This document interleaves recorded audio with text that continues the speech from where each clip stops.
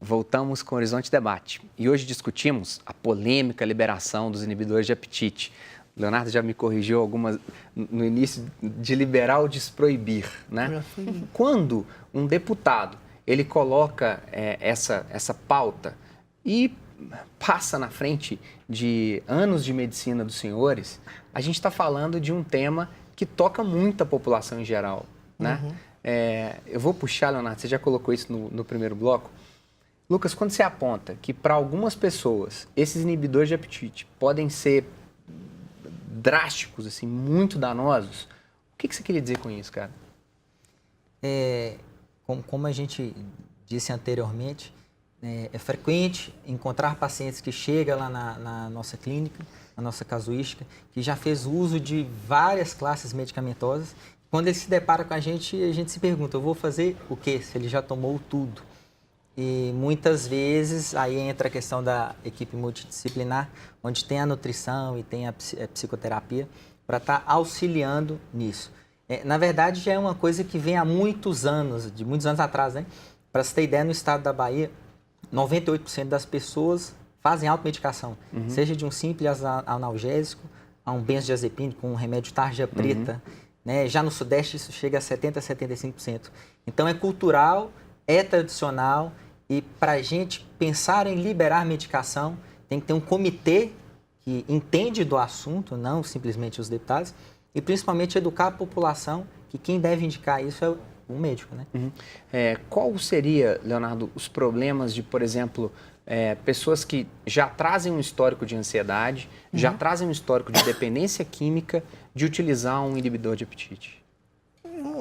Como eu disse, tudo tem indicação.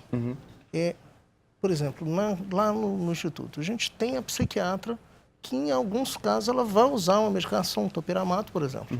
Mas o caso ele tem que ser bem estudado, a medicação ela tem que ser bem indicada. O que acontece é que o brasileiro ele se automedica de uma forma absurda.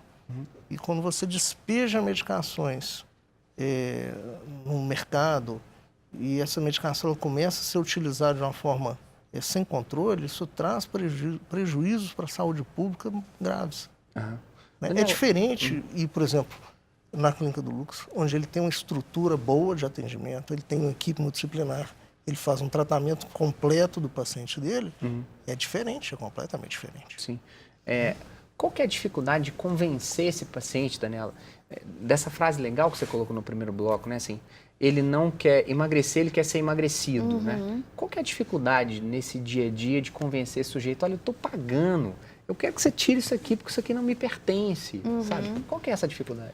É realmente levar a pessoa a conscientizar que ela precisa se comprometer com esse objetivo dele de se tornar magro e manter-se magro. Que não existe mesmo milagre, não existe pílula mágica, não existe procedimentos mágicos, né? Que enquanto ele não se comprometer, ele não vai realmente chegar no objetivo que ele quer. Porque ninguém foi ali buscando, quer emagrecer. Todo mundo, no fundo, quer emagrecer e se manter magro. Esse discurso, né? Assim, até o nosso próprio discurso aqui no debate hoje, de primeiro que obesidade é uma doença crônica, grave, que pode levar esse sujeito a questões clínicas, físicas, complexas, diabetes ou questões psicológicas, né? Porque esse sujeito ele se sente rejeitado por ser obeso, né?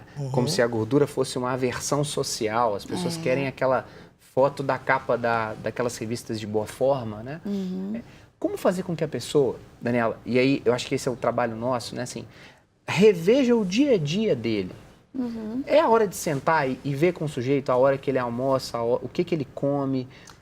Lógico, há questões nutricionais para o nutrólogo e para o nutricionista. Mas conversar com o sujeito que gosta de jantar 10 horas da noite, assim, como é que é fazer isso no dia a dia? É realmente trabalhar, né, essa questão individual mesmo, a rotina de cada um. Então, trabalhar mesmo com o diário alimentar é muito importante, né? O sentimento que ele tem quando ele busca aquele alimento também é ligado muito ao emocional da pessoa. Geralmente, a pessoa, quando fica ansiosa, ela começa a observar que ela come mais, né? Às vezes, ela teve uma uma compulsão alimentar.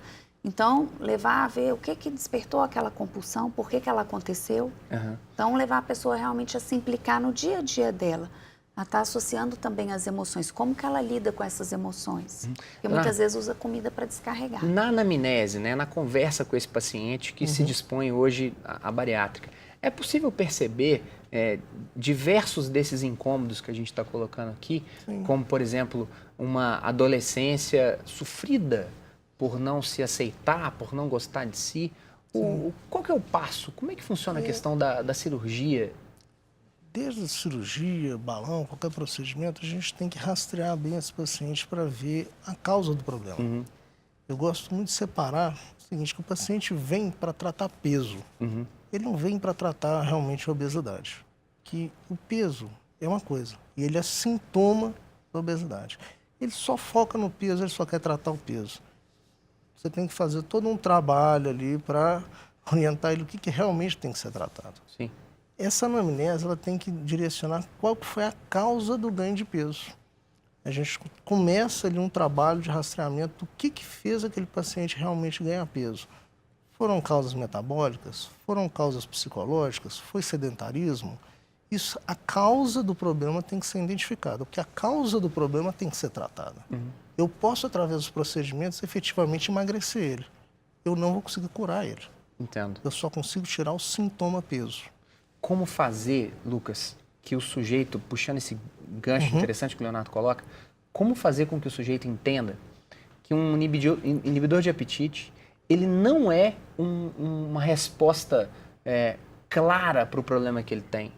Como convencer esse paciente que aquele medicamento que ele está tomando, ele precisa de ser episódico, ele é periódico e ele não vai fazer com que as respostas todas estejam prontas naquele pequeno comprimido, Lucas?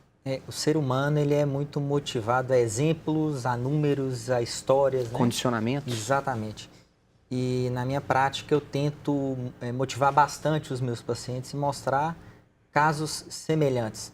Geralmente a obesidade, como o Leonardo muito bem falou, ela é uma doença multifatorial, mas algumas sensações são bem peculiares e comum em todos esses tipos de paciente, como sensação de fracasso, desespero e querer perder peso rápido.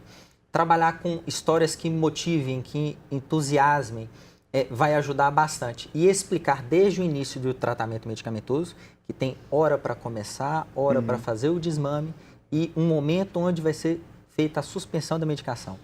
E salientar bastante que quando a gente retirar a medicação, a pessoa tem que estar com estilo de vida totalmente diferente do momento que iniciou o tratamento. Ou seja, sono, metabolismo, estresse, dieta, atividade física. Né? Então a gente tem que mostrar isso para ele. Porque caso contrário, se ele não mudar o estilo de vida, tudo que fez com que ele ganhasse peso vai fazer com que ele tenha um novo ganho. Agora, Daniela, ainda nessa costura, né? Quando o Lucas coloca e reforça a palavra que eu havia colocado, né, de condicionamento. É interessante a gente perceber, e não sei se o telespectador vai se identificar com esse processo, né?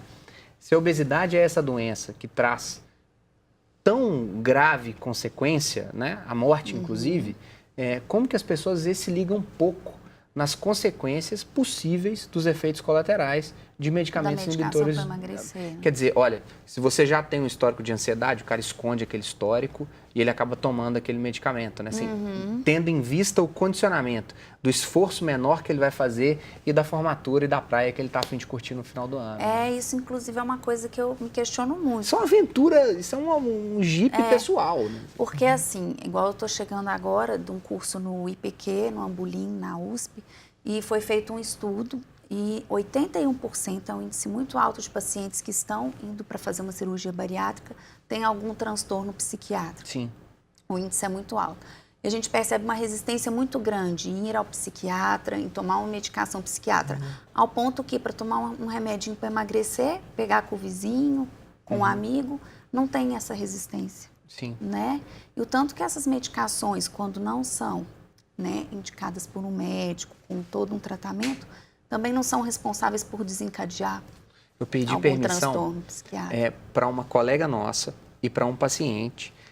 A da colega eu vou contar agora, o do paciente no terceiro bloco. fizemos um grupo de estudo de psicologia do esporte na época e essa colega, ela não estava legal. Falando muito alto, literalmente descontrolada, muito ansiosa, né? E aí depois, no segundo encontro, ela veio nos pedir desculpa porque estava tomando um desses inibidores de apetite.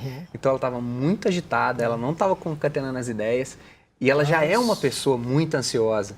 E aí não deu muito certo. Eu acho que isso é importante da gente... Tratar, né, esse transtorno da ansiedade, às vezes é mais eficiente do que ir direto para uma medicação para emagrecer. Sim, Leonardo. As medicações, ela tem essa característica. Você vê que pacientes que usaram durante muito tempo, eles começam a ficar com alguns transtornos psiquiátricos. Sim.